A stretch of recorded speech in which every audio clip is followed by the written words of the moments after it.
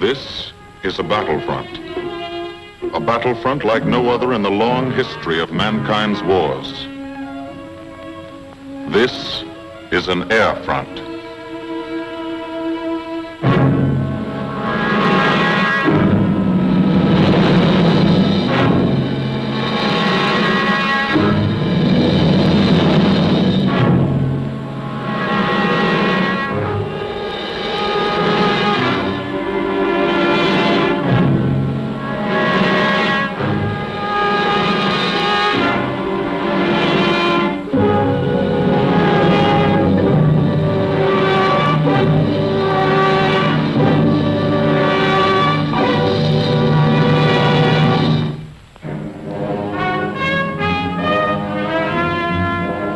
The working day begins, as it will end, with the ground crews, as much a part of the fortress as her wings.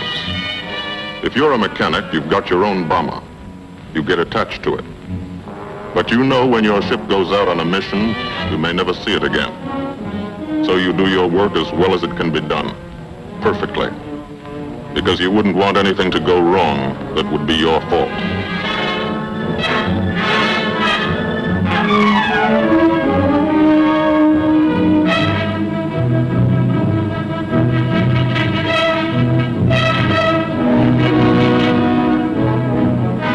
Today the bombs will be taken from these bomb dumps somewhere in England and delivered to specific points in Wilhelmshaven, Germany.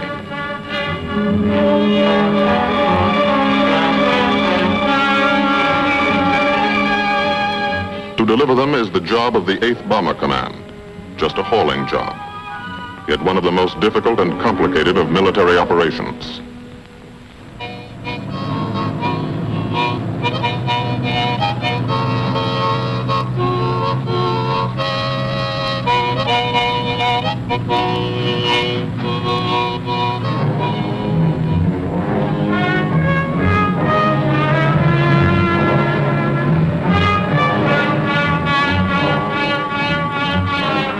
General purpose demolition bombs, impact velocity as high as 750 miles an hour, pierce 5 inches of armor plate, destroy a factory.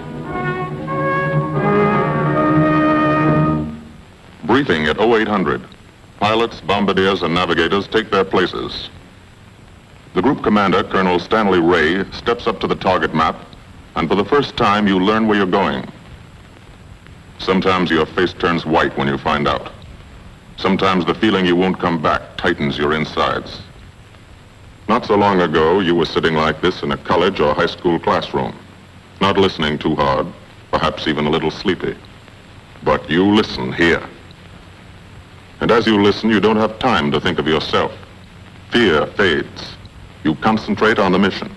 Type of formation, assembly point, 0 hour, route to target, weather, enemy fighters, enemy flak, route back home.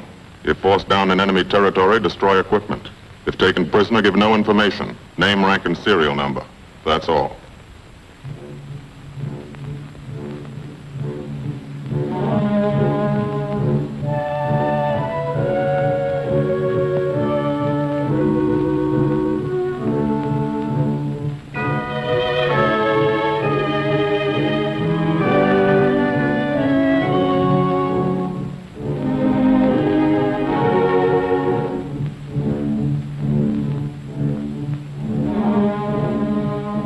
These are the passengers with one-way tickets.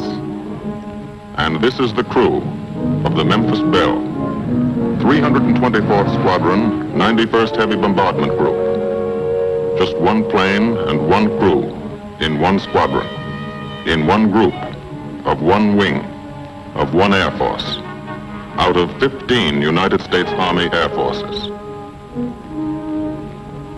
Well, fellas, we've never had an easy ride over there yet. And today won't be any different. No escort except unfriendly. So keep your eyes peeled. Don't get excited and yell when you're talking on the intercom. Save your ammunition and make your shots count. And let me know what goes on back there, Quinlan. Yes, sir. Stay on the ball, gang, and she'll bring us back like she's always done. Okay? Let's go.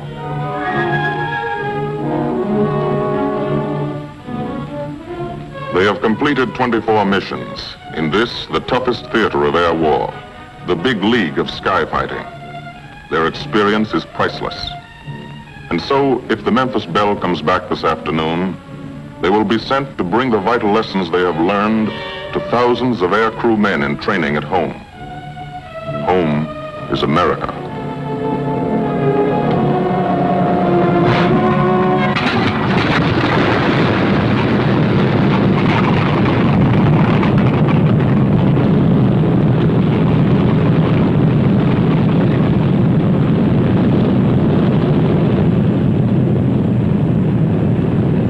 This is a battlefront, like no other in this or any war. No monster armies, no booming cannon. Only the roaring engine sound of the bombers pounding through the quiet English countryside. This is an air front.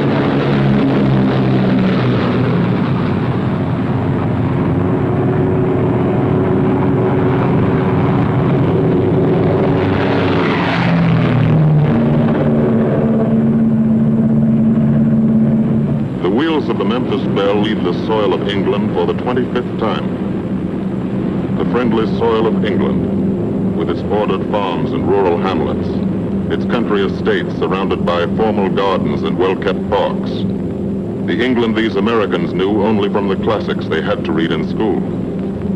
The England of the towns and cities, whose people have defended their island's freedom for over 1,000 years.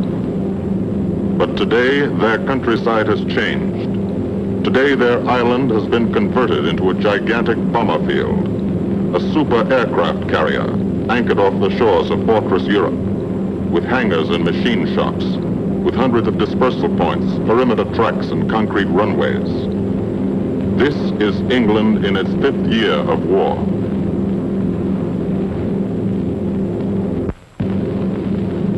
And this is the new battlefront, the air front, from which we seek out the enemy.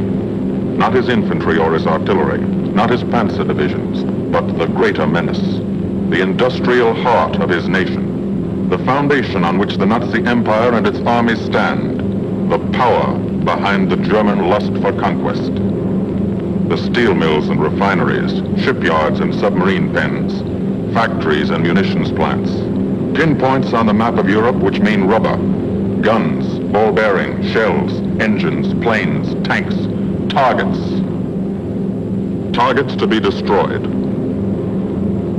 And these are the destroyers, each with a belly full of bombs, and 10 men like the crew of the Memphis Belle. Pilot Captain Robert Morgan, industrial engineer from Asheville, North Carolina. He's flown this ship across the Atlantic. The other pilot, Captain Jim Verinis, business administration student at the University of Connecticut. Radio operator and gunner, Sergeant Bob Hansen, construction worker from Spokane, Washington. Navigator, Captain Chuck Layton, chemistry student at Ohio Wesleyan. Engineer and top turret gunner, Sergeant Harold Locke, from Green Bay, Wisconsin. Used to be a stevedore. Besides keeping the Belle in order, he covers the sky above. Tail gunner, Sergeant John Quinlan of Yonkers, New York. Clerked for a carpet company, but he quit December 8th, 1941. All turret gunner, Sergeant Cecil Scott, firstman for a rubber company in Rahway, New Jersey.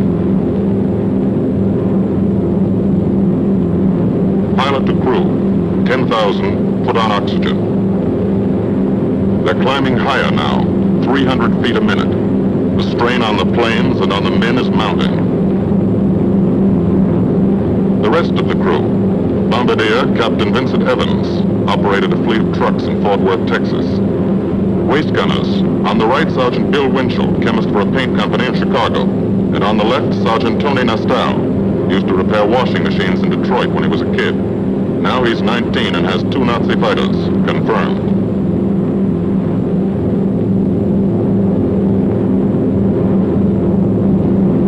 It takes all of a pilot's strength to keep a 30-ton fortress in tight formation. But the formation is the bomber's best defense against enemy fighters.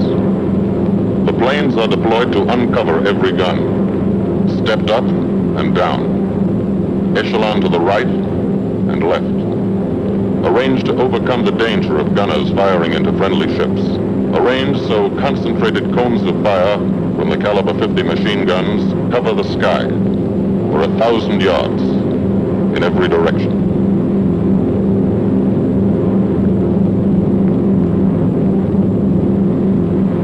The friendly coast of England slips by below. It doesn't look like much now, but in a few hours when you come back, if you come back, this will be the most beautiful view in the world. Higher and higher, climbing to reach your best operational altitude, 25,000 feet, 5 miles straight up. So high you can't be seen from the ground with the naked eye. So high that after 1 minute without oxygen, you lose consciousness. After 20 minutes, you're dead.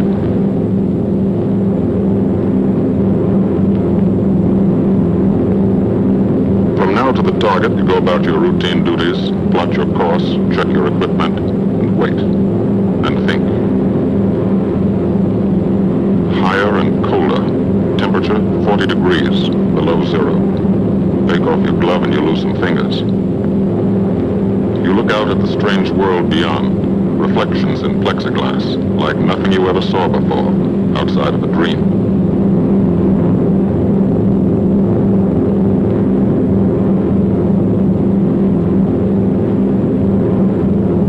Higher and higher into the lifeless stratosphere, until the exhaust of the engines mixing with the cold, thin air condenses and streams the heavens with paper trails.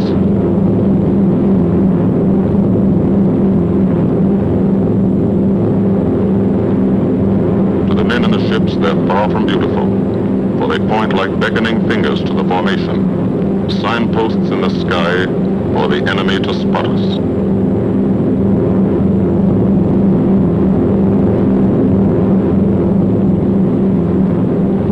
For these bombers to accomplish their mission, a plan is needed. Carefully worked out, timed to the minute. The job is to bomb Wilhelmshaven effectively and economically. The enemy is strong, skillful, determined to stop us. Here are his defenses.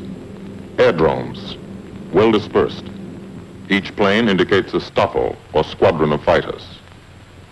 Heavy anti-aircraft, highly trained and accurate, all along the coast and defending his vital installations. Radar to warn him of our coming. Here is our plan to divide his defenses and weaken his opposition. At 13:30 hours, shortly after takeoff, 6 groups of planes will be heading toward the enemy coast from 6 directions. The Blue Force, 100 B-24 Liberator 4-engine bombers. The White Force, 300 B-17 Flying Fortresses. The Green Force, 300 B-17s with an escort of 6 squadrons of P-47 Thunderbolts. A force of B-26 Marauders, twin-engine medium bombers with 6 squadrons of RAF Spitfires escorting. Almost 1,000 planes and over 8,000 men in the air. The enemy alerts all his aerodromes. But which is our main force? What are our targets? Where should the Nazi controllers send their fighters? It's our job to make them guess and guess wrong.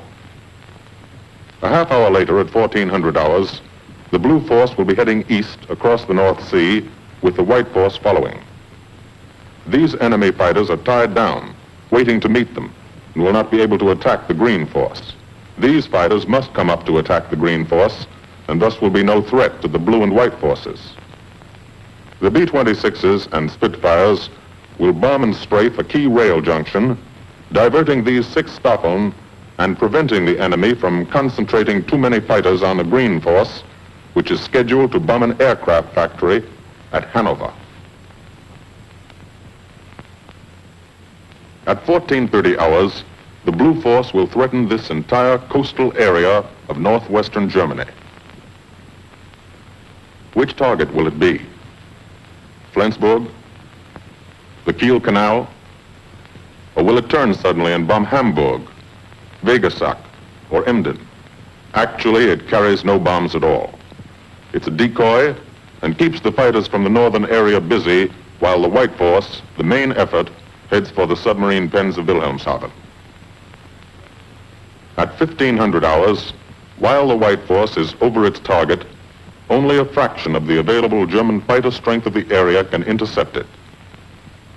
Because of the Blue Force diversion and the simultaneous bombing of Hanover by the Green Force. This is the plan of battle for today, drawn up by the Combined Operations Planning Committee and approved by the Commanding General.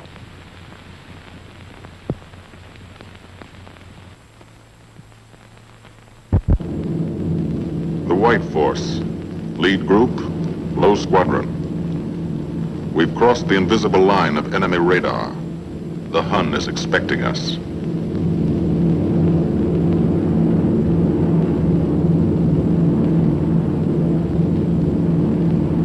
Steel helmets go on. Watchful eyes strain. Tight formations are held tighter still. Tense gunners more alert because here it comes. The enemy coast. From up here, it looks the same as any other. Houses, roads, green fields, factories, waterways. But they are the houses and fields of those who invade and oppress. They are the factories and roads of the people who twice in one generation have flooded the world with suffering. Suffering in such quantity as the history of the human race has never known. Brought torment and anguish into countless American homes. Gold stars and telegrams from the War Department.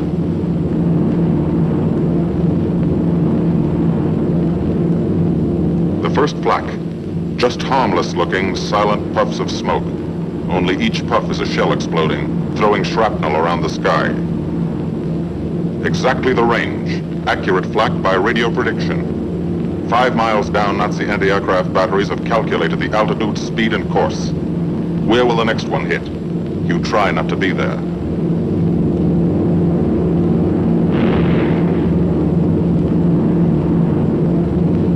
The docks and submarine pens of Wilhelmshaven. Approach to the target starts. No smoke screen can protect it.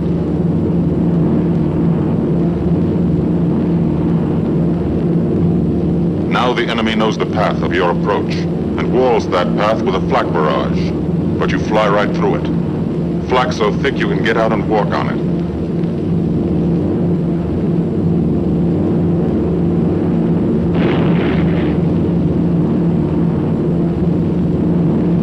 Morgan changes course every 15 seconds, evasive action to confuse the flak batteries.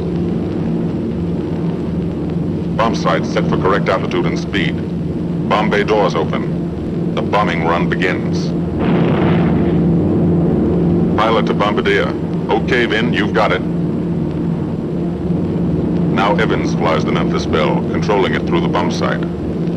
And now we are most vulnerable. Committed to our bombing run, we can't dodge flak or fighters. Here's the first.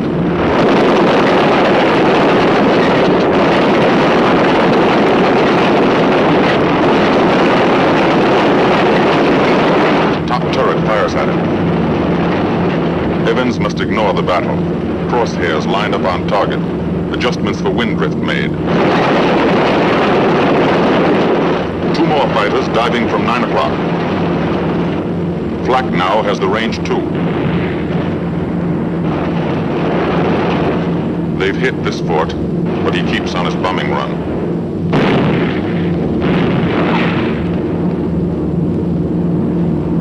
As lead bombardier, Evans's aim must be good. Every other ship in the group will drop its bombs when he drops his. Now, one pointer on the bomb site moves toward another stationary pointer. The instant they touch, bombs will release.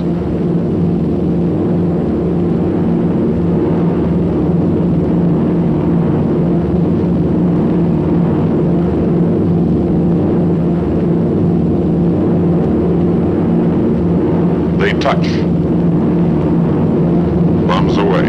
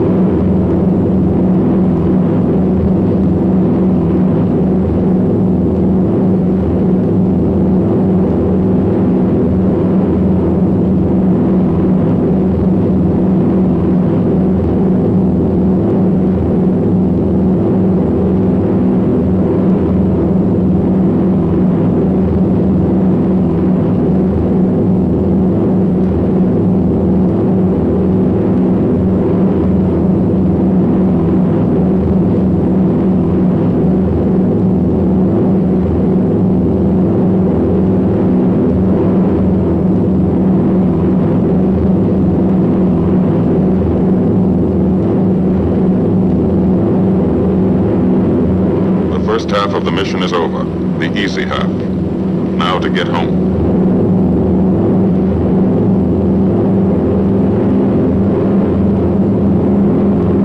The flak stops. That means fighters out there somewhere. A staffer lurking behind that cloud, or hiding up in the sun where the glare blinds you, and you can't see them, waiting to dive down on you. Fighters at 6 o'clock. This is what a gunner sees. A speck in the sky, that's a fighter. And then a blink, that means he's firing at you. 2,300 rounds a minute.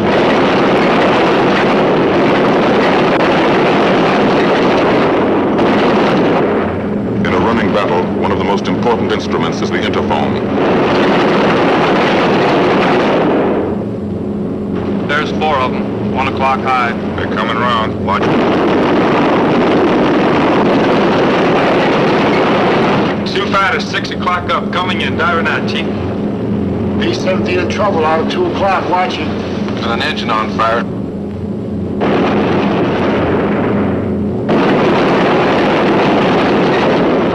There's 2 more diving through the 94th. 3 planes, 9 o'clock, coming around. Keep your eye on the board. Coming around to 10. Watch them, so keep your eyes open. Yeah. They're breaking 11, breaking 11. I got them. Coming around underneath at 10 o'clock. I see them. 2 at 2 o'clock. Watch them, Scotty. I got my sights on them. Check that B-17, Chuck. 3 o'clock. Motor's smoking. Fighters 10:30 coming around.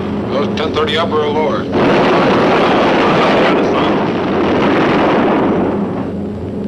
B-17 out of control at 3 o'clock.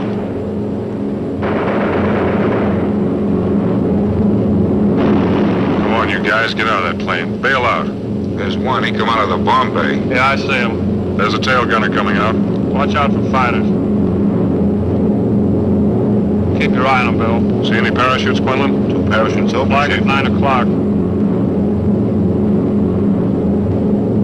8 men still in that B-17. Come on, the rest of you guys. Get out of there. Come on, Belle. So far, there's 3 more shoots. Flak, 11 o'clock.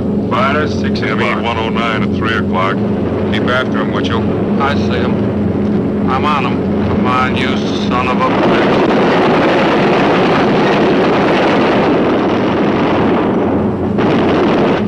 I got Got him. Wendell, confirm that fighter. He got him, Chief. Look, he's bailing out. Damn it, don't yell on that intercom. Fighters, 10 o'clock. Watch those 2 and 12 in. They're coming in. They're coming in, Scotty. Get that ball turret on him. Save the ammunition as much as possible.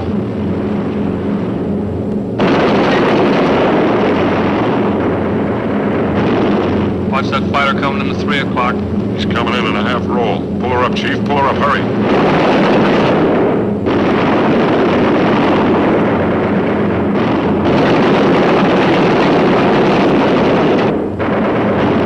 This fortress is hurt.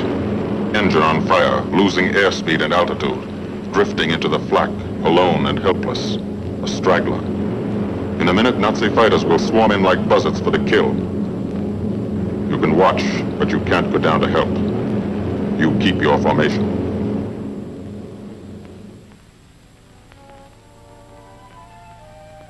Here, too, the mission is being flown. None the less real for being in the minds and hearts of these men behind. Ask anybody who's been to a field in England, or anywhere else our bombers are based, and he'll tell you that there's drama here, too.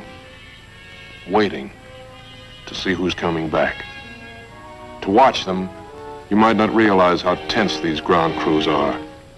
But they are tense, and plenty worried. In Air Force talk, this waiting is known as sweating out the mission. These men know the flight plan. Their watches told them when the bombers were running into enemy flak, when they were over the target, when they left the enemy coast. And now their watches tell them the bombers should be nearing the field. Every ear strains for the first sound of the engines. And then somebody hears them. And somebody sees the first faint specks in the distant sky.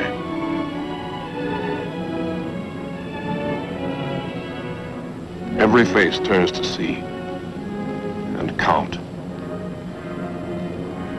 The watchers try to read the numbers on the ships. These planes have priority to land first. The colored flares mean wounded aboard. In the hospital window, these watching men know what that means. They know what it feels like to lie on a bouncing fortress floor for hundreds of miles through the frozen stratosphere in great pain, with the other men in your crew fighting to keep you alive until they hit the field. The field. Home. It'll be okay then, because there'll be medical care.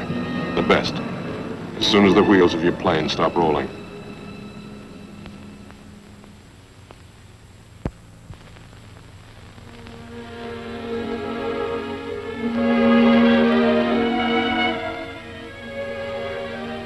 Head wound. Concussion. 20-millimeter cannon shell exploded in his radio compartment. Shock. Internal injuries.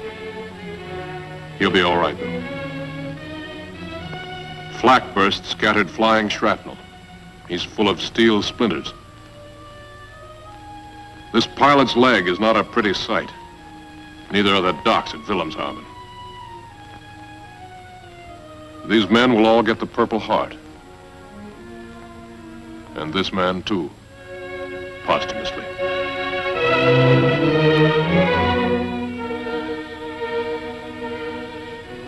A transfusion right in the plane. This gunner's too weak to be moved. The new life-giving blood flowing into his veins might be the blood of a high school girl in Des Moines, a miner in Alabama, a movie star in Hollywood, or it might be your blood. Whoever it is, thanks. 36 planes left this field this morning. Now 6 more arrive. That makes 20 home. And this one's 21. More wounded aboard.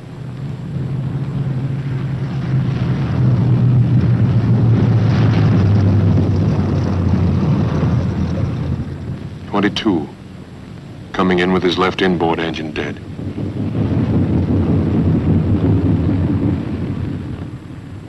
23, with a feathered prop on his left outboard engine. 24, Southern Comfort, with a chunk of tail gone. 25. They flew home on their luck. 26. Not a scratch. The control tower learns that 2 more landed at a British field to the south. 1 a crash landing, crew safe. That makes 28. 29. A rough landing, but her pilot's badly hurt. It's a wonder he brought her back at all. 29 planes back, so far. 29 out of 36. Our losses were heavy, but the enemy's were far heavier. We destroyed a German aircraft factory, a rail junction, submarine pens, docks, and harbor installations. That's specific, known damage.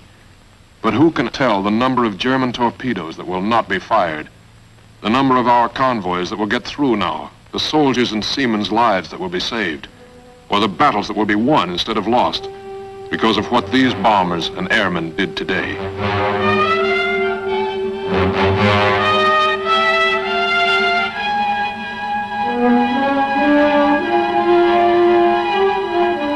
Pilot and tail gunner. They can laugh now. Fire on the inboard engine did this. Flames streaked back and burned the stabilizer, too. Another crew luck brought back.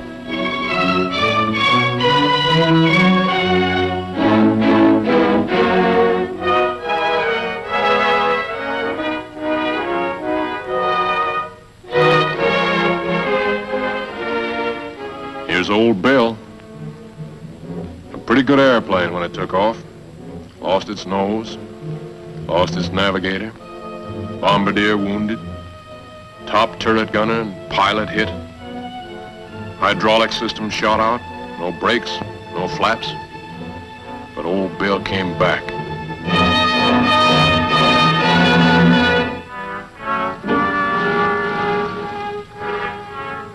Now, among the returned crew members, talk flows like a river, talking out every detail of the mission. These are the faces of combat, faces of Americans who have watched their comrades die, faces that can never forget the enemy, and they're in no mood to have their picture taken.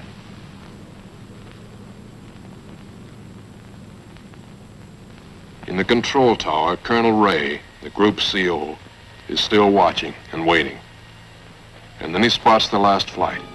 3 more planes. And one of them is the ship everyone's been pulling for. The Memphis Belle. The last few miles of this trip have been a joyride. The strain is over. They can leave their guns now. Now they know they're going to go home. To Spokane, Green Bay, Asheville, Detroit, Chicago, Fort Worth, and Yonkers.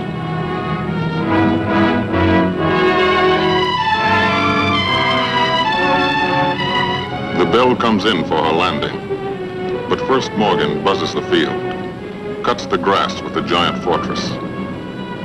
It's against the rules, but this is a special occasion.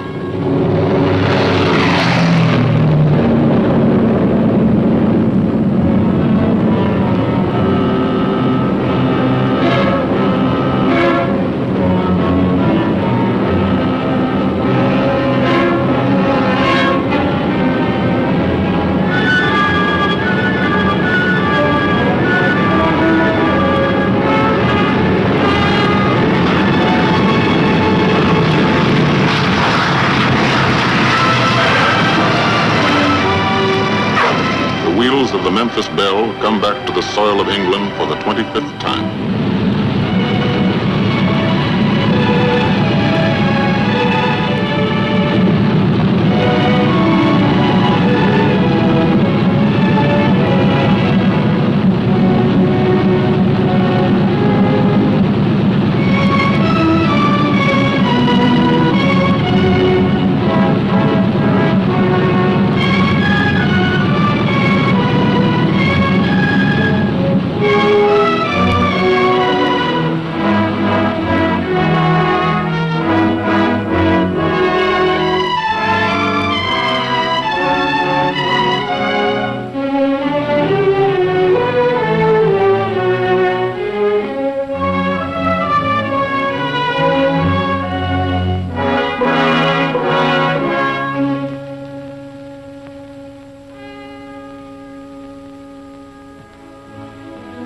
this is a day they will never forget.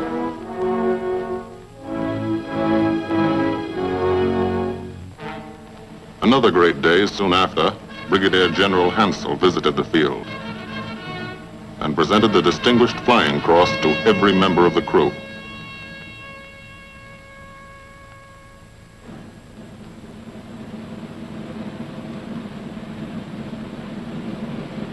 And then there was another day.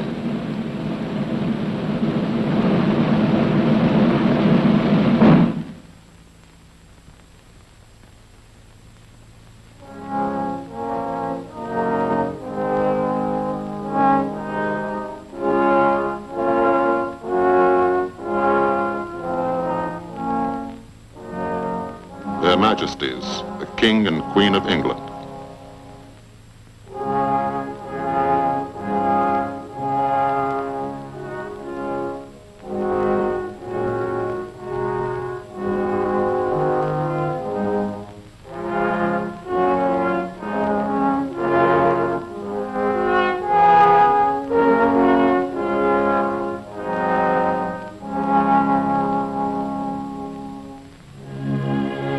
Johnny Quinlan never thought anything like this would happen to him when he left Yonkers.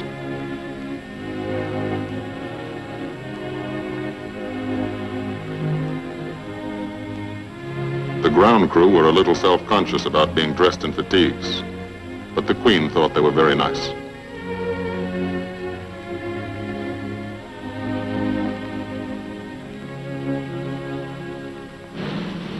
Finally, two more visitors came. General Acre, commanding the 8th Air Force, and General Devers, U.S. commander of the European Theater.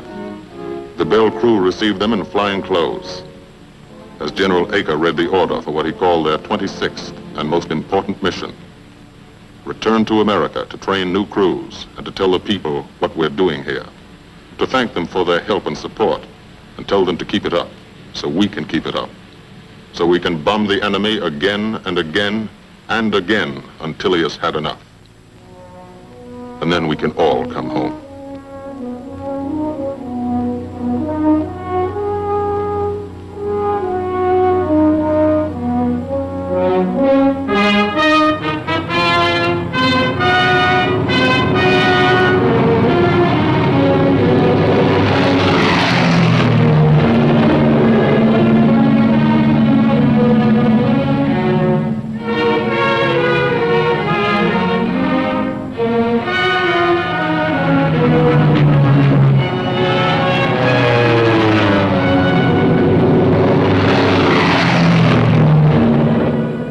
The 8th Air Force, who are now flying deep into Germany, bringing destruction to targets almost 1,000 miles from their bases.